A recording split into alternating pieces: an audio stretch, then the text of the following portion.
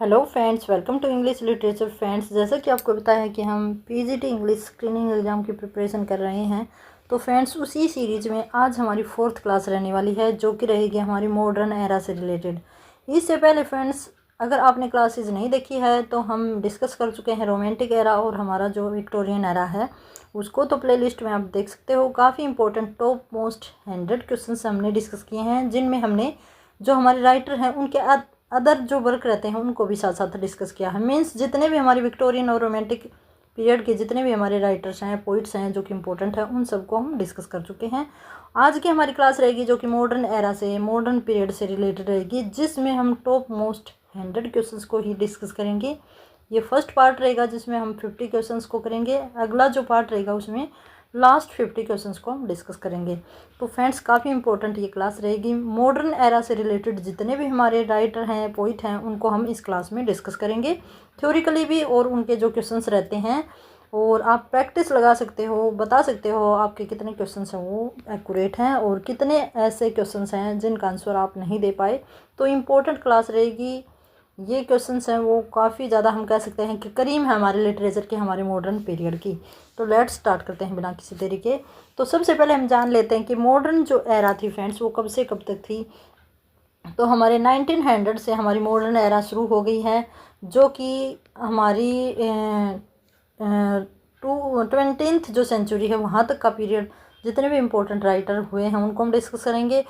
Theme की अगर हम बात करते हैं तो मॉडर्न जो एरा है उसका जो थीम रहा है वो कहीं ना कहीं फ्रेंड्स एलिनेशन का रहा है, आइसोलेशन का रहा है। आपसे डायरेक्ट पूछ लिया जाता है कि मॉडर्न एरा का जो थीम था वो क्या था, या विक्टोरियन एरा की जो थीम है वो क्या है, किस टाइप के वर्क हैं वो लिखे गए हैं। तो विक्टोरियन एरा की जैसे कि हमने बात की थी कि साइंस, रीजन और टेक्नोलॉजी जहाँ आई थी, काफ़ी ज़्यादा जो सर्च वगैरह हुई थी, या हम कह सकते हैं कि इन्वेंशन हुए थे, खोजें हुई थी, आविष्कार हुए थे हमारे 19th सेंचुरी में। और 20th जो सेंचुरी है हमारा मॉडर्न जो लिटरेचर है 20, मैं यहाँ पे शायद 19th सेंचुरी बोल गई होंगी, लेकिन 19 के बाद जैसे 1 2 3 50 ऐसे करके जो हमारी 20th सेंचुरी के बीच का जो पीरियड रहता है उसको हम बोलते हैं मॉडर्न एरा, जो कि हमारा 20th सेंचुरी रहता है। ठीक है। तो फ्रेंड्स, यहाँ पे क्या बात है, मैं बता रही हूँ कि जो थीम रही है वो क्या रही है, एलिनेशन, आइसोलेशन, और कहीं ना कहीं हम रिलीजियस थीम भी कह सकते हैं। बिकॉज ऑफ वर्ल्ड वॉर हुआ था, आप सभी को पता है कि 2 वर्ल्ड वॉर हुआ था, जो कि हमारे हिस्ट्री में, जो वर्ल्ड हिस्ट्री है उसमें काफ़ी ज़्यादा मायने रखता है। काफ़ी ज़्यादा पॉपुलेशन है वो अबॉलिश हो गई थी। तो राइटर की जो बेसिकली जो थीम बनाई गई थी वो यही थी, वॉर एंड पीस की। रिलीजियस वर्क लिखे गए, भगवान में कहीं ना कहीं हमारी आस्था है वो हुई। उससे पहले 19th जो सेंचुरी थी, विक्टोरियन जो पीरियड था, उसमें हमने गॉड को बिल्कुल स्किप कर दिया था। ठीक है। लेकिन इस एज में फिर से क्या हो गया था, रिलीजियस वर्क लिखे जाने लगे थे। ठीक है। तो यहाँ पे मेन थीम है वो यही है, आइसोलेशन और एलिनेशन, और जो हमारी religious godly war related theme है वो रही हैं। तो यहाँ पे हमारा फर्स्ट क्वेश्चन रहता है फ्रेंड्स। और जितने भी इम्पोर्टेंट राइटर हैं जैसे कि रुडयार्ड किपलिंग हैं, हमारे एजरा पाउंड हैं, या फिर और भी कॉनराड हैं, जे बिसा हैं, गाल्सवर्दी हैं, तो उन सबको मैंने इस क्लास में इंक्लूड किया है। तो काफ़ी इंपॉर्टेंट ये क्लास रहेगी। फर्स्ट हमारा क्वेश्चन रहता है फ्रेंड्स, देखिएगा, Lord Jim 1900 made famous which of the following author. अब कहता है कि लॉर्ड जिम है वो किसका वर्क है। तो हमारे जोसेफ कॉनराड हैं, उनका इंपॉर्टेंट वर्क रहता है फ्रेंड्स लॉर्ड जिम, जिसकी अगर हम बात करें तो फ्रेंड्स इसमें जो थीम रखी गई है इस वर्क में वो रखी गई है आइसोलेशन की और एलिनेशन की ही थीम रखी गई है फ्रेंड्स। बात कर लेते हैं जोसेफ कॉनराड की। तो जोसेफ कॉनराड के जो अदर इम्पोर्टेंट वर्क है उनमें अगर हम बात करें तो हार्ट ऑफ डार्कनेस, मैं बोल देती हूँ, हार्ट ऑफ डार्कनेस है। दूसरा जो वर्क है वो सीक्रेट एजेंट है, अंडर वेस्टर्न आइज। ये इंपॉर्टेंट इनके वर्क हैं जो कि नीचे वाले क्वेश्चंस में हैं। डेट के साथ आपको ये लर्न करने हैं, क्योंकि डेट भी आपसे पूछ लिया जाता है कि पब्लिश डेट कब थी। तो काफ़ी इम्पोर्टेंट ये राइटर रहे हैं हमारे 20th सेंचुरी के।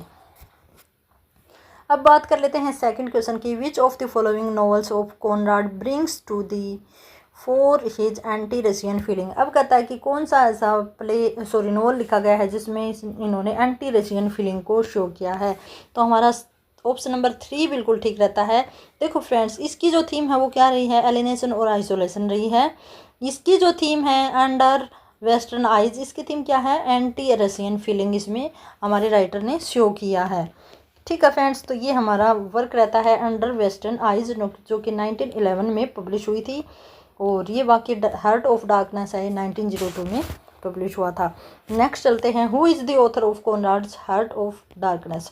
अब कहता है कि नरेटर, इसने नरेटर पूछा है कि जो हार्ट ऑफ डार्कनेस जो इनका नोवेल है फ्रेंड्स, उसमें नरेटर कौन है, नरेटर का नेम क्या है। तो यहाँ पे मार्लो है, वो इसका नरेटर रहता है हमारे नोवेल का। और ये जो नोवेल है हार्ट ऑफ डार्कनेस, ये इनका क्या है, एक ऑटोबायोग्राफिकल नोवेल इसको हम कह सकते हैं। किस नोवेल को, हार्ट ऑफ डार्कनेस को। Preface to which of the novel of Conrad expresses his theory of the novel. अब कहता है कि एक तो ये पूछ लिया जाए कि कौन से नोवेल में प्रीफेस दिया गया है, दूसरा ये पूछ लिया जाए कि नोवेल के बारे में ही थ्योरी बताई है, कि नोवेल का जो प्रीफेस किसने दिया है, किस राइटर ने दिया है और कौन से वर्क में दिया है। तो सबसे पहले आपको पता होना चाहिए प्रीफेस क्या होता है। तो प्रीफेस वो होता है जैसे कि हमारी प्रस्तावना, जैसे हमें हमारे संविधान के स्टार्टिंग में जो हमारी प्रस्तावना है उसको हम प्रीफेस बोल सकते हैं। इसी तरह देखो, शेक्सपियर ने अपने कई सारे ऐसे प्ले थे जहाँ पे क्या किया है भाई, प्रीफेस दिया हुआ है। और मिल्टन ने भी प्रीफेस दिया है। उसके साथ साथ अगर हम बात करें तो काफ़ी सारे ऐसे राइटर हैं जिन्होंने अपने वर्क में प्रीफेस दिया है। मीन्स ऊपर की 1-2 लाइन, 3 लाइन, 4 लाइन किसी दूसरे अदर वर्क की उठाकर दे दी जाती हैं, उसी को हम क्या बोलते हैं, प्रीफेस बोलते हैं, जो एक इंट्रोडक्शन टाइप होती है। तो कहता है कि ये किस में है। तो फ्रेंड्स, इसकी अगर हम बात करेंगे तो निगर ऑफ नार्सिसस में ये दिया गया है फ्रेंड्स। ठीक है, जो कि 1897 में पब्लिश हुआ एक वर्क है, जो कि किसका है, जोसेफ कॉनराड का है। और ये फ्रेंड्स बेसिकली किसके ऊपर बेस्ड है, ये हमारे जो राइटर हैं जोसेफ कॉनराड, इनके ही सेल्फ एक्सपीरियंस के ऊपर बेस्ड है। ये फ्रेंड्स आर्मी में हुआ करते, नेवी में हुआ करते, तो इन्हीं का अपना एक एक्सपीरियंस हमारे साथ शेयर किया गया है। किसमें, निगर ऑफ नार्सिसस। ये क्या है, हमारा एक नोवेल है जो कि ऑटोबायोग्राफिकल एलिमेंट्स रखता है। Mrs Warren's profession 1894 is a play by. अब कहता है कि ये देखो काफ़ी इंपॉर्टेंट है, जे.बी. शाह। अब हमने एक राइटर कर लिया जोसेफ कॉनराड, अब हम करेंगे जे.बी. शाह से रिलेटेड इंपॉर्टेंट क्वेश्चंस को। तो फ्रेंड्स, यहाँ पे आप देखोगे कि इनका जे.बी. शाह है, इनका एक प्ले रहता था मिसिज वारेंस प्रोफेशन।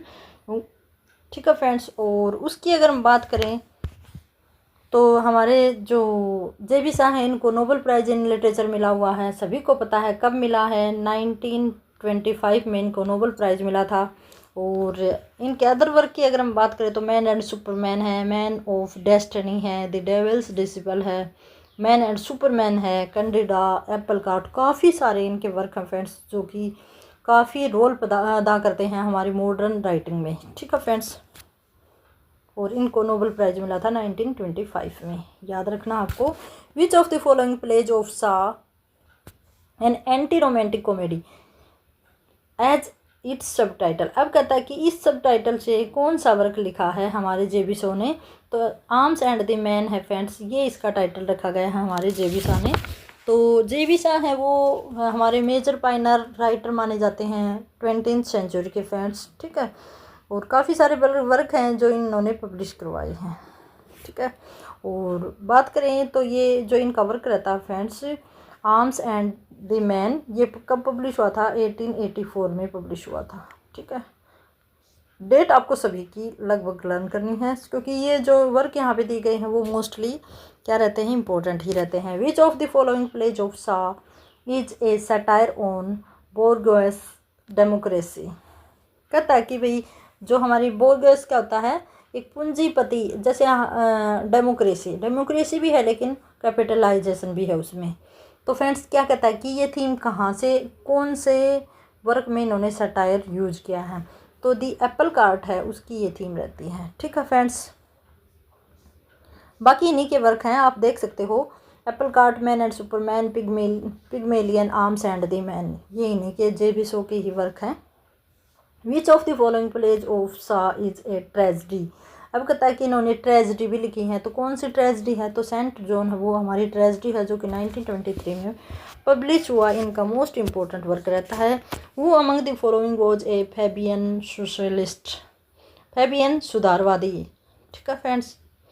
तो हमारे बर्नार्ड शाह है, इन्होंने जो वर्क लिखे हैं, इनके वर्क की थीम की अगर बात करें तो फ्रेंड्स इन्होंने सोसाइटी को अपनी थीम बनाया है। सोसाइटी में जो इम्प्रूवमेंट होने चाहिए वही किस तरह से क्या होना चाहिए, जो पॉलिटिकल इम्प्रूवमेंट और सोसाइटिकल जितने भी हमारे इम्प्रूवमेंट होते हैं, जो हमारी प्रॉब्लम्स प्ले इन्होंने लिखे हैं, हिस्टोरिकल प्ले लिखे हैं। वैसे तो अगर हम बात करें happy unhappy play means tragedy comedy, सारी तरह के प्लेज हमारे जे.बी. शाह ने लिखे हैं। आगे चलते हैं नेक्स्ट के ऊपर।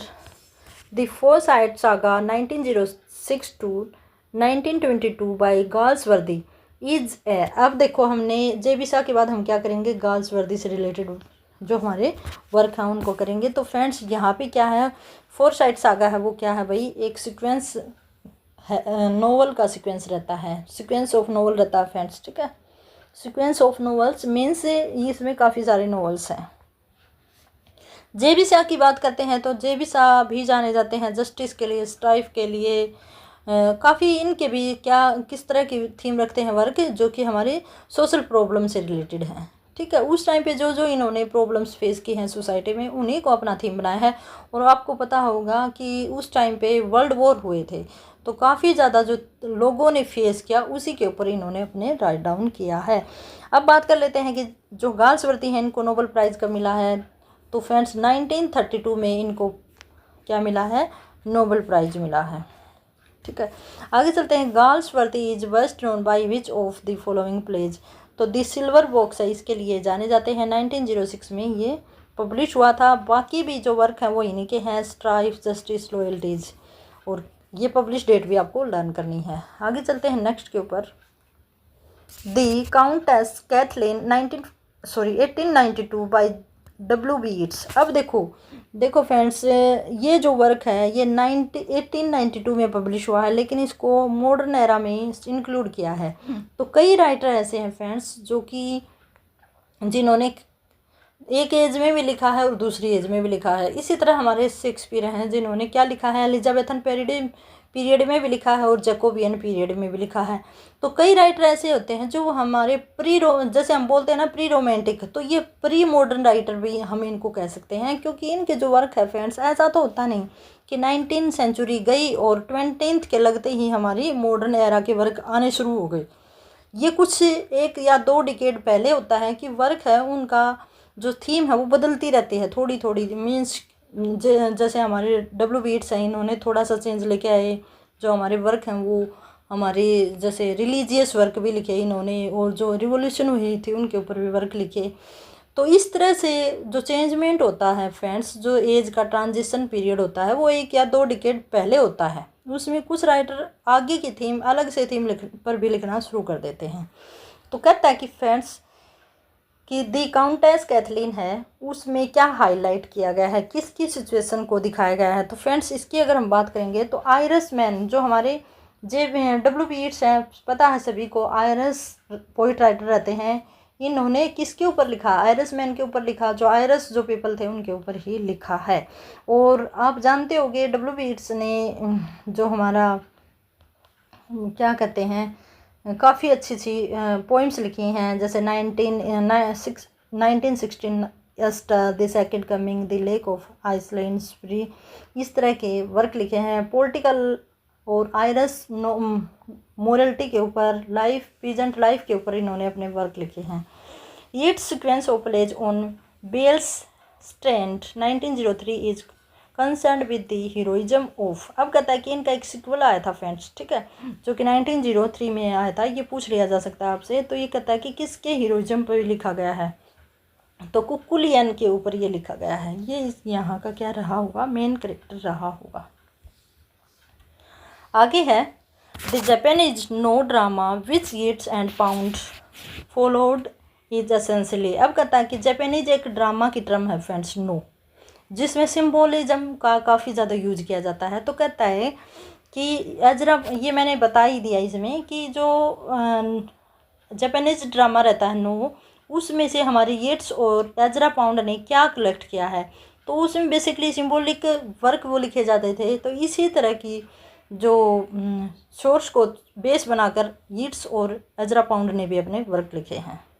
आगे है सिंस राइडर टू सी 1904 इज ये एक शॉर्ट प्ले है हमारे जेम्स सिंह का, जो कि एमए के सिलेबस में लगा हुआ था फ्रेंड्स जब हम पढ़ते थे।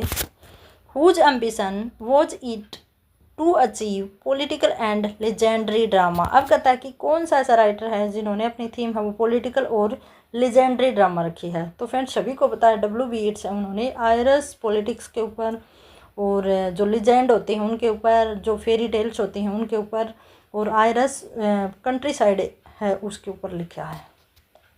आगे चलते हैं। 80 नंबर का हमारा क्वेश्चन रहता है who is the author of the countless Kathleen. तो अभी आपको बताया था डब्ल्यू.बी. येट्स हैं वो हमारे राइटर रहते हैं फ्रेंड्स, ठीक है। नेक्स्ट के ऊपर चलते हैं। Lady Gregory and W B. Yeats set up the Abbey theatre in 1904 in. अब हमें पता है कि ये पहला थिएटर माना जाता है, नेशनल थिएटर माना जाता है आयरस का, जो आयरलैंड है वहाँ का नेशनल थिएटर कौन सा माना जाता है, द एब्बे थिएटर, जो कि डबलिन में क्या सेटअप किया गया था, ठीक है। किसी तरह भी आपसे राइटर है वो क्वेश्चन को घुमा फिरा कर जो एग्जामिनर है पूछ सकता है कि भाई एब्बे थिएटर है वो किसने बनाया, कब बनाया, क्या है। तो सभी का आंसर यही है कि एब्बे थिएटर वो डब्ल्यू.बी. येट्स ने, और कब बनाया, 1904 में बनाया, और ये आयरलैंड का पहला, या हम कह सकते हैं कि नेशनल थिएटर है। आगे है the symbolic and ritual Noh drama of Japan was recommended to Yeats by. अब कहता है कि ये सलाह किसने दी थी, ये रिकमेंडेशन किसने दिया था येट्स को कि भाई नो ड्रामा है उस टाइप से भी आप लिख सकते हो। तो अभी अभी हमारा ये क्वेश्चन आया था फ्रेंड्स, जो कि एजरा पाउंड ने सजेस्ट किया था डब्ल्यू. येट्स को इस तरह का ड्रामा लिखने के लिए। The playboy of the western world 1907 was written by. तो ये फ्रेंड्स काफ़ी इजी क्वेश्चन रहता है जे एम सिंह का, ठीक है। राइडर टू सी था, इसी तरह play boy of the western world ये हमारा क्या था एमए के सिलेबस में लगा हुआ था। आगे चलते हैं नेक्स्ट के ऊपर। The Edwardian age spread from. अब कहता है कि एडवर्डियन जो एज है वो कब से कब तक थी। तो फ्रेंड्स ये थी हमारी 1901 से 1910 तक थी, ठीक है। और इस एज में ज़्यादातर जो वर्क लिखे गए थे, जो कि एक डिकेड में, उन राइटर्स को क्या बोला जाता है, एडवर्डियन बोला जाता है। आगे चलते हैं। Who among the following is not an Edwardian novelist. देखो वही क्वेश्चन है ना। तो ये तीनों तो फ्रेंड्स हमारे एडवर्डियन है, लेकिन वर्जीनिया वुल्फ है वो इस एज में शामिल नहीं होती है, इनके ग्रुप में शामिल नहीं थी। तो फ्रेंड्स अब बात कर लेते हैं कि भाई वर्जीनिया वुल्फ है वो हमारे क्या हैं, राइटर हैं, जो कि 1882 में इनका बर्थ हुआ था। 1941 तक इनकी क्या मानी जाती है, एज मानी जाती है।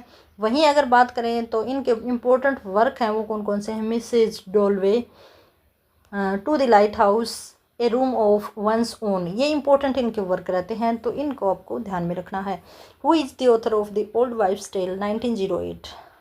तो ओनोल्ड बेनेट है वो इसके क्या माने जाते हैं भाई, राइटर माने जाते हैं। Which of the following is a science fiction novel. Science fiction जैसे नाम से ही पता चल रहा है, द टाइम मशीन, मशीन का जिक्र आ गया तो किस में आएगा, साइंस में आएगा। किसके द्वारा, एच.जी. वेल्स के द्वारा लिखा गया वर्क है, ठीक है फ्रेंड्स। दूसरा है far from the mending crowd, जो कि थॉमस हार्डी का है। फिर उसके बाद आता है पिलग्रिमेज, ठीक है, और द थ्री सिस्टर, ये एंटोन चेकोव के हैं। आगे है E.M. Forster did not write which of the following novel. अब कहता है कि बाकी तीन तो हमारे E.M. फोरेस्टर के हैं, लेकिन एक नावल ऐसा है जो कि इनके द्वारा नहीं लिखा गया है, तो वो है a room of one's own. ये मैंने अभी भी बताया था, वर्जीनिया वुल्फ का क्या एक नावल माना जाता है, a room of one's own. आगे है E.M. Forster work as secretary to the maharaja of. किस महाराजा के अंडर इन्होंने सेक्रेटरी का काम किया था, तो Dewas senior, option number C बिल्कुल ठीक रहेगा। जो कि room 1922 was written by whom, ये किसने लिखा, तो सभी को पता है वर्जीनिया वुल्फ ने ये लिखा था फ्रेंड्स। और बात करें तो E.M. फोरेस्टर की हम बात कर लेते हैं थोड़ी सी। तो इन्होंने ए पैसेज टू इंडिया लिखा 1924 में लिखा। दूसरा इन्होंने where angels fear to tread, ये इंपॉर्टेंट वर्क है, ये भी इनका नोवेल है। ए लॉन्गेस्ट जर्नी, ये भी इनका नोवेल है E.M. फोरेस्टर का। काफ़ी इंपॉर्टेंट राइटर माने जाते हैं, इन्होंने वर्क लिखा है ए पैसेज टू इंडिया। आगे है नेक्स्ट पे चलते हैं भाई। Who among the following settled in America in his late life. अब कहता है कि लाइफ के लास्ट के दिनों में कौन अमेरिका सेटल हो गए थे।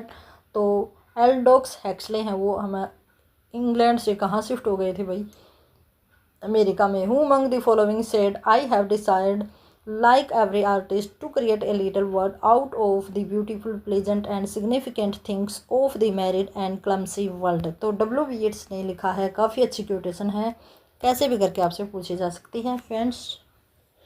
नेक्स्ट पे चलते हैं। Who among the following is said to have brought French symbolism to England at the end of the 19th century.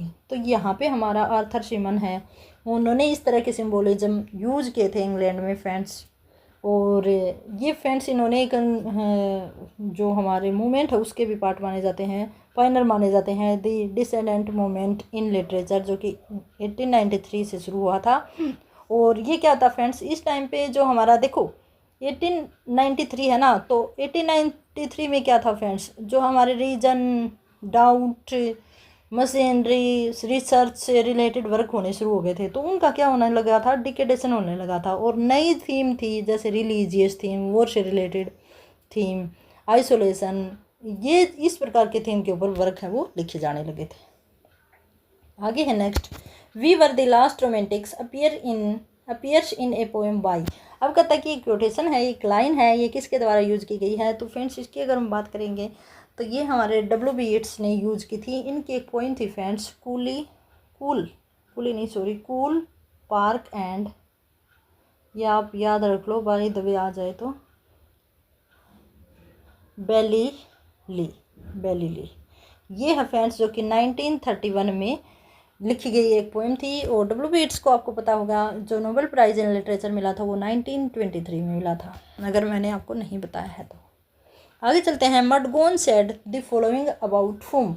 मडगोन ने एक लाइन लिखी है, तो कहता है कि वो किसके बारे में लिखी थी। The world should be thankful to me for not marrying him. देखो ये कोटेशन की है, किसके लिए की है, डब्ल्यू बी येट्स के लिए की है। डब्ल्यू बी येट्स मडगोन को प्यार करते थे फ्रेंड्स, और इन्होंने इनके लिए ये लाइन लिखी है।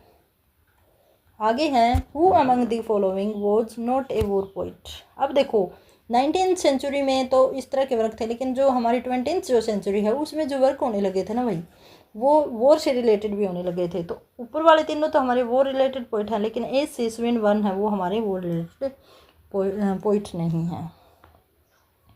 Good bye to all that 1929 is an autobiography by. अब कहता है कि ये किसकी ऑटोबायोग्राफी है, तो रॉबर्ट ग्रीव की ये ऑटोबायोग्राफी रहती है, good bye to all that. आगे है। Hugh Selwyn Moberly 1920 poem by. ये किसकी पोएम है, तो एजरा पॉन्ड की है ये पोएम भाई, ठीक है, एजरा पॉन्ड ने इसको लिखा था। हु सेड दैट इन और about December 1910 human character change. अब कहता है कि किसने ये क्योटेशन दी है कि भाई 1910 में जो करेक्टर थे वो चेंज हो गए। मीन्स पहले जो वर्क लिखे जाने थे वो कैसे थे, और अब जो वर्क लिखे जाने हैं उनके राइटर, उनके जो करेक्टर हैं वो कैसे रोल लेते हैं, मीन्स थीम में क्या फ़र्क है। तो ये किसने क्योटेशन की है, तो फ्रेंड्स ये वर्जीनिया वुल्फ ने ही की है। और वर्जीनिया वुल्फ का एक ऐसे था फ्रेंड्स, बात करें तो मिस्टर बेनेट, ये लिख लेना आप साथ साथ में, एंड मिसिज, मैं जो बोल रही हूँ, ब्राउन, ये इनका एक ऐसे था फ्रेंड्स। उसमें ये लाइन बोली थी जो कि 1924 में पब्लिश करवाया गया था, ठीक है फ्रेंड्स। और वर्जीनिया वुल्फ को आपको पता होगा कि काफ़ी इम्पोर्टेंट राइटर हैं, इन्होंने अच्छे अच्छे वर्क भी लिखे हैं। और रूम इट्स ओन रूफ, इस तरह के इन्होंने वर्क लिखे थे। और इनकी जो थीम थी वो क्या थी, इलेक्ट्रिसिटी, मशीनरी, सिटी चेंज, ये थीम हुआ करती नहीं थी जो विक्टोरियन एरा की। और अब क्या होने लगी थी, जो रिलीजन, कंडक्ट, लेसन वगैरह, मोरल लेसन, गॉड, वॉर, ये रिलेटेड थीम होनी शुरू हो गई थी। आगे चलते हैं नेक्स्ट के ऊपर। The Barretts of Wimpole Street 1934 is a play about the love affair between. अब कहता है कि ये जो प्ले है ये किसके बारे में है, तो फ्रेंड्स ये इनका प्ले है जो कि ब्राउनिंग और एलिजाबेथ बैरेट ब्राउनिंग के बारे में है, ठीक है। और किसने लिखा था अगर पूछ लिया जाए तो रुडोल्फ बेसियर के द्वारा लिखा गया था। किसके बारे में लिखा था? रॉबर्ट ब्राउनिंग और एलिजाबेथ बेरेट ब्राउनिंग के बारे में लिखा था। आगे चलते हैं नेक्स्ट के ऊपर। Modern fiction 1919 was written by. अब ये कहता है कि ये वर्क किसके द्वारा लिखा गया है, तो ये वर्जीनिया वुल्फ के द्वारा लिखा गया, काफ़ी इंपॉर्टेंट वर्क रहता है। आगे हैं who among the following does not belong to the Bloomsbury group. तो कौन इससे रिलेटेड नहीं है? तो वर्जीनिया वुल्फ ने तो ये ग्रुप बनाया था भाई, और ये ग्रुप है ये कैसा था कि क्यों इनको ब्लूम्सबरी बोला गया, तो ये ग्रुप था वो आर्टिस्ट से रिलेटेड था। मीन्स जो इसमें जो पोइट शामिल थे वो किसी न किसी आर्ट से रिलेटेड थे, लेकिन जो हमारे हेनरी जेम्स है वो इस तरह के आर्ट से इंक्लूड या इस तरह के आर्ट से इनका कोई भी आर्ट से कोई भी इनका लेना देना नहीं था। आगे है which of the following work by Virginia Woolf is feminist document. अब कहता है कि हमारी जो वर्जीनिया वुल्फ है उनका कौन सा वर्क ऐसा है जिसमें इन्होंने फेमिनिस्ट को शो किया है, तो ए रूम ऑफ वंस ओन, इसमें ये थीम रखी है। वहीं बात कर लेते हैं तो ये सारे ही इनके नॉवल रहते हैं। Mrs Dalloway, a room of one's own, to the lighthouse और द वेव्स। एज वाइज आपको लर्न करनी है, मीन्स जो डेट है इसके अकॉर्डिंग ही याद करने हैं। आगे है Lily Briscoe is a character in which of the following work. अब कहता है कि ये जो करेक्टर है किस में है, तो इसकी अगर हम बात करेंगे तो फ्रेंड्स ये रहता है टू द लाइट हाउस में, जो कि वर्जीनिया वुल्फ का इंपॉर्टेंट वर्क है। Bliss and other stories 1920 is written by, तो ये किसके द्वारा रिटन की गई है? कैथराइन मैन्सफील्ड के द्वारा ये लिखी गई है। इंपॉर्टेंट है फ्रेंड्स, आप एलिमिनेट भी कर सकते हो क्योंकि इनके हर एक राइटर के ऐसा नहीं कि इन्होंने हज़ार वर्क लिखे हैं तो सारे ही हमें लर्न करने हैं। इनके कुछ ही वर्क ऐसे हैं जो कि फ्रेंड्स हमें देखने हैं, और बाकी हम एलिमिनेशन से भी देख सकते हैं कि भाई ये उसका हो गया, ये उसका हो गया, बचता कौन सा किसका है, उस तरह से भी हम कर सकते हैं। आगे है the stream of consciousness phrase was coined by, तो ये किसके द्वारा क्वाइन किया गया हमारा फ्रेज है? तो विलियम जेम्स के बाद जेम्स जॉयस ने, फिर वर्जीनिया वुल्फ ने इनको यूज किया है। ठीक है फ्रेंड्स, सबसे पहले विलियम जेम्स ने किया था। आगे है who wrote the essay surgery for the novel और ए बॉम। ये कहता है कि किसके द्वारा लिखा गया है, तो ये D.H. लॉरेंस के द्वारा लिखा गया है। D.H. लॉरेंस है वो भी जाने जाते हैं फ्रेंड्स इसी तरह के डोमेस्टिक थीम के लिए, सोशल प्ले के लिए, और हमारे जो हम कह सकते हैं कि ये जो सेक्सुअल रिलेशनशिप या इस तरह के वर्क के लिए भी जाने जाते हैं। इनकी थीम होती थी इस तरह की। आगे चलते हैं which of the following is not by D.H. Lawrence. अब कहता है कि कौन सा वर्क D.H. लॉरेंस का नहीं है, तो फ्रेंड्स मॉडर्न फिक्शन है वो इनका वर्क नहीं है। अभी हमने पढ़ा था कि मॉडर्न फिक्शन है वो किसका वर्क रहता है। ठीक है फ्रेंड्स, आगे चलते हैं नेक्स्ट के ऊपर। कमेंट करके बताना कि मॉडर्न फिक्शन है वो किसका वर्क है। बाकी इनके वर्क हैं why the novel matters, morality and the novel और सर्जरी फॉर द नोवेल, ये इनके D.H. लॉरेंस के हैं। और आगे है fantasia of the unconscious by Lawrence is a. अब कहता है कि इनका जो ये वर्क है ये क्या है, मीन्स इसका जॉनर क्या है, तो फ्रेंड्स इसकी अगर हम बात करेंगे तो साइंस फिक्शन है ये। ठीक है, साइंस फिक्शन वर्क है। आगे है next which of the following novels of Lawrence is autobiographical, तो सेंस एंड लेवर जाना जाता है इनके ऑटोबायोग्राफिकल नोवेल के रूप में। और सभी को पता फ्रेंड्स जिसने भी MA वगैरह की है तो MA के सिलेबस में ये लगा हुआ था, पब्लिश हुआ था 1913 में। और बाकी भी इन्हीं के हैं kangaroo, the plumed serpent, women in love, ये सभी इनके वर्क हैं। Which of the novel of Lawrence has its setting in Mexico, तो प्लम्ड सरपेंट है इसकी सेटिंग वो कहाँ रखी गई है? मैक्सिको में रखी गई है। सेटिंग से रिलेटेड भी आपसे पूछ लिया जा सकता है। Which of the following novel is a sequel to the rainbow. अब कहता है कि रेनबो है वो किस सिक्वल में आता है, तो फ्रेंड्स जो रेनबो है वो किस सीक्वेंस में आता है, वो आता है हमारा, एक मिनट रुकना भाई, हाँ जी, वुमेन इन लव। ठीक है, इस सीक्वेंस में आता है। Who among the following is not a Georgian poet के रूप में किसको नहीं जाना जाता, तो D.H. लॉरेंस है जॉर्जियन पोइट है। जॉर्जियन मीन्स किंग जॉर्ज के अंडर में ये लिखे थे। जॉन मैसफील्ड और Walter de la Mare W. Yeats नहीं जाने जाते किस रूप में? जॉर्जियन पोइट के रूप में। और इसी के साथ हमारी आज की क्लास कंप्लीट हुई। किसी को किसी प्रकार की कमेंट क्वेरी या कोई डाउट है तो कमेंट बॉक्स में कमेंट कीजिएगा। और इसके साथ ही ये फ्रेंड्स 1-2 दिन की छुट्टियां थी, कल से फिर हम आपके लिए स्टार्ट करेंगे जो कि हमारी ग्रामर की सीरीज़ रहेगी। और कल ही या आज रात को आपके लिए हम जो इंडियन इंग्लिश राइटिंग है उससे रिलेटेड भी 2 पोइट या राइटर हम आपके लिए लेके आएंगे। तो इसी के साथ have a good day and best of luck.